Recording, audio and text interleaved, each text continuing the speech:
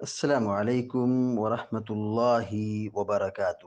الحمد للہ رب العالمین والعاقبۃ للمتقین، والصلاة والسلام علی اشرف الانبیاء والمرسلین، نبینا محمد وعلی آلہ وصحبہ اجمعین ومن تبعهم بإحسان إلى يوم الدين، أما بعد، فقال الله عز وجل: أعوذ بالله من الشيطان الرجيم، تولج الليل في النهار وتولج النهار في الليل وتخرج الحي من الميت وتخرج الميت من الحي وترزق من تشاء بغیر حساب۔ سورہ آل عمران کی آیت نمبر 27 ابھی آپ کے سامنے تلاوت کی گئی ہے۔ اللہ تبارک و تعالیٰ فرماتا ہے: تولج اللیل فی النہار، تو ہی رات کو دن میں داخل کرتا ہے، وتولج النہار فی اللیل، اور دن کو رات میں لے جاتا ہے، داخل کرتا ہے۔ وتخرج الحی من المیت، تو ہی بے جان سے جاندار پیدا کرتا ہے۔ وتخرج المیت من الحی، اور تو ہی جاندار سے بے جان پیدا کرتا ہے۔ وترزق من تشاء بغیر حساب، اور تو جسے چاہتا ہے بے حساب روزی دیتا ہے، یعنی بہت زیادہ مال و دولت عطا کرتا ہے۔ یہاں پر اللہ رب العالمین نے اپنی قدرت کی کچھ نشانیوں کا اور اپنی طاقت اور قدرت کا یہاں ذکر فرمایا ہے۔ بہت سارے انسان اللہ کو چھوڑ کر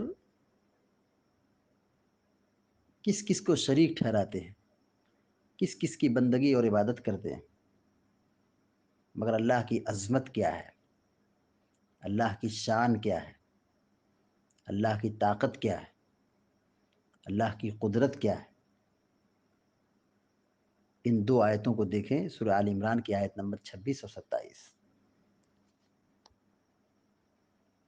کہ اللہ رب العالمین جس کو چاہے عزت دے، جس کو چاہے ذلت عطا کرے، جس کو چاہے بادشاہ بنا دے، جس کو چاہے گدھا بنا دے، محتاج بنا دے۔ اللہ ہر چیز پر قادر ہے، وہی پوری کائنات کا مالک ہے۔ اور یہاں آیت نمبر 27 میں اللہ رب العالمین نے اپنے بارے میں کیا فرمایا؟ تولج اللیل فی النہار، اللہ کی قدرت دیکھیے، تولج اللیل فی النہار، تو ہی رات کو دن میں داخل کرتا ہے، رات کو دن میں داخل کرتا ہے۔ موسم کی تبدیلی ہوتی ہے، کبھی دن چھوٹا اور کبھی رات بڑی ہوتی ہے، اور کبھی اس کے برعکس دن بڑا ہوتا ہے، رات چھوٹی ہوتی ہے۔ تو دن کا کچھ حصہ رات میں داخل ہوتا ہے اور رات کا کچھ حصہ دن میں داخل ہوتا ہے۔ کبھی رات 15 گھنٹے کی ہوتی ہے، 14 گھنٹے کی ہوتی ہے، کبھی دن 15 گھنٹے کا ہوتا ہے، کبھی دن 9 گھنٹے کا ہوتا ہے، رات 15 گھنٹے کی ہوتی ہے۔ یہ اللہ رب العالمین کی قدرت کی نشانیاں ہیں کہ اللہ تعالیٰ ہر چیز پر قادر ہے۔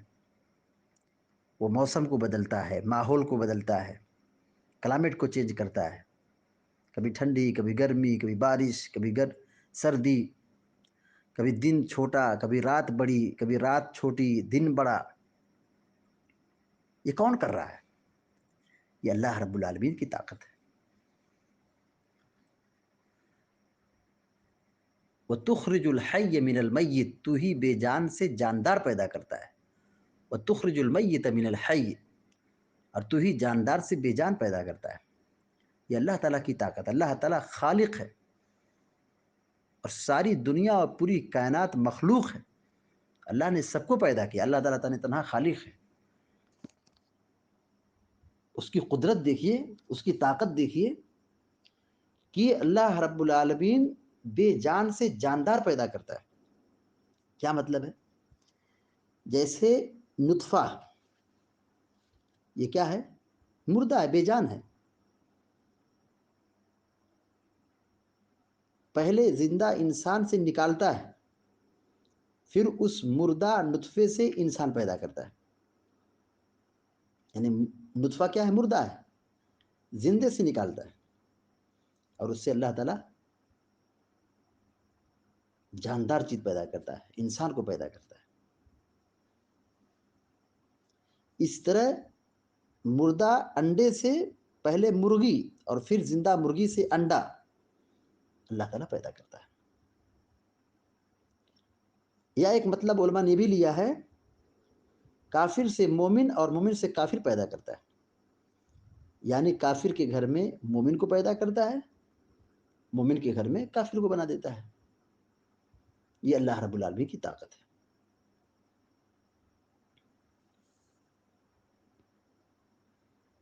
شیخ سعدی رحمۃ اللہ علیہ اس آیت کی تفسیر میں لکھتے ہیں، وَتُخْرِجُ الْحَيَّ مِنَ الْمَيِّتِ، اور تو ہی زندے کو مردے پیدا کرتا ہے.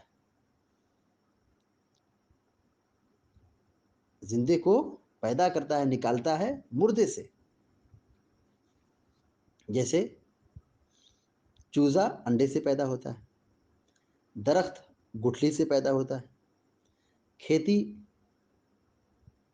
بیج سے پیدا ہوتی ہے، دانہ ڈالا جاتا ہے، پھر کھیتی تیار ہوتی ہے. جیسے مومن کافر کے یہاں سے پیدا ہوتا ہے، یعنی کافر کے گھر میں مومن پیدا ہوتا ہے. وَتُخْرِجُ الْمَيِّتَ مِنَ الْحَيِّ، مردے کو تو نکالتا ہے زندہ سے. جیسے انڈا پرندے سے پیدا ہوتا ہے، جیسے گٹھلی درخت سے، دانہ کھیتی سے، کافر مومن سے. یہ اللہ تبارک و تعالیٰ کی قدرت کی سب سے بڑی دلیل ہے. وَهَذَا أَعْظَمُ دَلِيلٍ عَلَىٰ قُدْرَةِ اللَّهِ. شیخ سعدی رحمہ اللہ کہتے ہیں یہ اللہ کی قدرت کی سب سے بڑی دلیل ہے. یہ کہ تمام اشیاء اللہ رب العالمین کے حکم کے تابع، اللہ نے پیدا کیا اور اللہ تبارک و تعالیٰ کے یہ سب کیا ہے؟ تابع. امام راضی رحمۃ اللہ علیہ کہتے ہیں کہ یہاں مفسرین نے یہ بیان فرمایا ہے، نمبر ایک کہ اللہ تبارک و تعالیٰ مومن کو کافر سے پیدا کرتا ہے. جیسے ابراہیم علیہ السلام کو دیکھیے، آدر سے پیدا ہوئے، اور کافر کو مومن سے پیدا کرتا ہے. جیسے کنعان نوح سے پیدا ہوا، تو کنعان کافر نکلا. نوح علیہ السلام جلیل القدر نبی ہیں، اس زمین کے پہلے رسول ہیں. دوسرا معنی بتلایا کہ یخرج الحیوان وہ حی من النطفہ، کہ وہ جانور کو نکالتا ہے اس حال میں کہ وہ زندہ ہے، لیکن کہاں سے پیدا ہوتا ہے؟ نطفہ سے. اور نطفہ کیا ہے؟ مردہ ہے. مرغی کو نکالتا ہے، جبکہ مرغی کیا ہے؟ زندہ ہے، انڈے سے پیدا کرتا ہے، اور انڈا کیا ہے؟ مردہ ہے، بے جان ہے. تیسرا معنی یہ بیان کیا ہے کہ یخرج السنبلۃ من الحب، کہ بالیوں کو نکالتا ہے دانوں سے. اس کے برعکس الٹا دانہ نکلتا ہے بالیوں سے. یعنی آدمی بیج ڈالا، کسان بیج ڈالا، تو دانے سے کیا ہو گیا؟ بالی پیدا ہو گئی.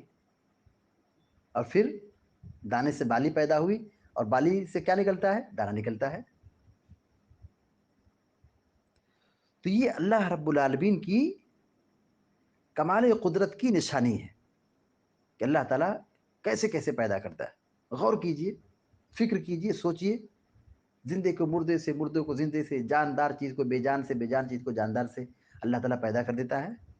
جب اللہ تعالیٰ پیدا کر دیا پہلی مرتبہ، تو مرنے کے بعد دوبارہ کیوں نہیں پیدا کر سکتا ہے؟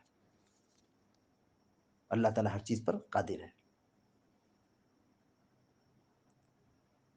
حافظ ابن کثیر رحمۃ اللہ علیہ اپنی تفسیر میں لکھتے ہیں کہ تخرج الحی من المیت، اس آیت کی تفسیر میں لکھتے ہیں کہ تخرج الحبۃ من الزرع والزرع من الحب، کہ تو دانے کو نکالتا ہے کھیتی سے، اور کھیتی کو نکالتا ہے دانے سے. والنخل من النوات، اور کھجور کو گٹھلی سے پیدا کرتا ہے، اور گٹھلی کو پیدا کرتا ہے کھجور سے، اور کافر کو مومن سے، اور کافر کو مومن سے پیدا کرتا ہے، مومن کو پیدا کرتا ہے کافر سے، اور کافر کو پیدا کرتا ہے مومن سے، اور مرغی کو پیدا کرتا ہے انڈے سے، اور انڈے کو پیدا کرتا ہے مرغی سے۔ تو یہ تمام چیزیں بھی اللہ رب العالمین کی قدرت کی نشانیاں ہیں۔ لہذا جب یہ بات مسلمہ حقیقت ہے اور یہ بات ثابت ہو گئی کہ ہر چیز کا خالق اللہ ہے، تو بندگی بھی اسی کو ہونی چاہیے، سجدہ بھی اسی کے لیے ہونا چاہیے، عبادت اسی کے لیے ہونا چاہیے، اس کے ساتھ کسی کو شریک نہیں ٹھہرانا چاہیے۔ وَتَرْزُقُ مَن تَشَاءُ بِغَيْرِ حساب، اور تو جس کو چاہتا ہے بے شمار روزی دیتا ہے، بلا حساب روزی دیتا ہے، یعنی بہت زیادہ روزی دیتا ہے۔ اللہ تعالیٰ روزی دینے والا ہے، وہ کھلائے گا تو ہم کھائیں گے۔ رزاق ہے اللہ رب العالمین، رزاق ہے، روزی دینے والا ہے۔ اب غور کیجئے اس کائنات میں کتنی ایسی مخلوقات ہیں۔ انسان کیا کھاتا ہے؟ ہم انسان کیا کھاتے ہیں؟ ہم انسان کی خوراک ہے کیا؟ 200 گرام چاول کھا لیے، شام میں 200 گرام چاول کھا لیے، یا 2 روٹی کھا لیے، شام میں 2 روٹی کھا لیے، یہ ہماری خوراک ہے۔ انسان کیا کھاتا ہے؟ جانوروں کو دیکھو، ہاتھی ہے، بھینس ہے، زراف ہے، بڑی بڑی مخلوق، سمندر کی بڑی بڑی مچھلیاں، یہ جانور ہیں اللہ تعالیٰ کی رزاق پر یقین رکھتے ہیں، اور اللہ تعالیٰ کو کھلاتا ہے، اژدہے کو کھلاتا ہے، جانوروں کو کھلاتا ہے، پرندوں کو کھلاتا ہے، مچھلیوں کو کھلاتا ہے، درندوں کو کھلاتا ہے۔ یہ اللہ تعالیٰ کی کمال قدرت ہے۔ انسان رزق کے معاملے میں اتنا بےتاب ہوتا ہے، اتنا پریشان ہوتا ہے، جائز ناجائز حلال و حرام کی کوئی تمیز نہیں کرتا۔ اللہ تعالیٰ کی اس رزاقیت پر یقین ہونا چاہیے، اللہ تعالیٰ رزاق ہے، وَتَرْزُقُ مَن تَشَاءُ بِغَيْرِ حساب، اور تو جسے چاہتا ہے بے شمار روزی دیتا ہے، بلا حساب مال دیتا ہے۔ تو اللہ رزاق ہے، اللہ روزی دینے والا ہے، اور روزی اللہ نے تقسیم کر دی ہے، کسی کو کم کسی کو زیادہ۔ لہذا رزق کے معاملے میں زیادہ ڈیفیکلٹ یا بہت پریشان ہونے کی ضرورت نہیں ہے، بس آدمی اسباب اختیار کرے، کام میں لگ جائے۔ اللہ تعالیٰ رزاق ہے، روزی دینے والا، جسے چاہتا ہے روزی خوب دیتا ہے، کسی کو خوب دیتا ہے، کسی کو کم دیتا ہے، لیکن اللہ تعالیٰ سب کو کھلاتا ہے۔ وَكَأَيٍّ مِّن دَابَّةٍ لَّا تَحْمِلُ رِزْقَهَا اللَّهُ يَرْزُقُهَا وَإِيَّاكُمْ۔ کتنے ایسی مخلوقات ہیں، کتنے ایسے جانور ہیں جو اپنا سامان کھانے پینے کے اٹھا کے لے کے نہیں چلتے۔ انسان اسٹور کرتا ہے، انسان کما کر کے رکھتا ہے، بینک بیلنس بناتا ہے، اناج اسٹور کرتا ہے، کھانے پینے کی چیز اسٹور کرتا ہے، مگر کتنے چوپائے ہیں؟ آج ان کو کھانا مل گیا، شام کے لیے کھانا نہیں ہے، کل کے لیے کھانا نہیں ہے۔ اللہ تعالیٰ انہیں روزی دے رہا ہے، اور تمہیں بھی روزی دے گا، بس ایمان رکھو۔ وَمَا مِن دَابَّةٍ إِلَّا عَلَى اللَّهِ رِزْقُهَا، جتنی بھی مخلوق ہے سب کا روزی کا مالک اللہ تعالیٰ ہے۔ تو اللہ تعالیٰ نے دنیا میں بھیجا ہے تو کھلائے گا، روزی ملے گی۔ ہم اپنی آخرت کی فکر کریں۔ اللہ تعالیٰ نے روزی کا اعلان کر دیا ہے کہ روزی ملے گی، لیکن مغفرت کا اعلان نہیں کیا۔ مغفرت صرف مومنوں کے لیے، اہل ایمان کے لیے، تو مغفرت کی فکر زیادہ ہونی چاہیے، آخرت کی فکر زیادہ ہونا چاہیے۔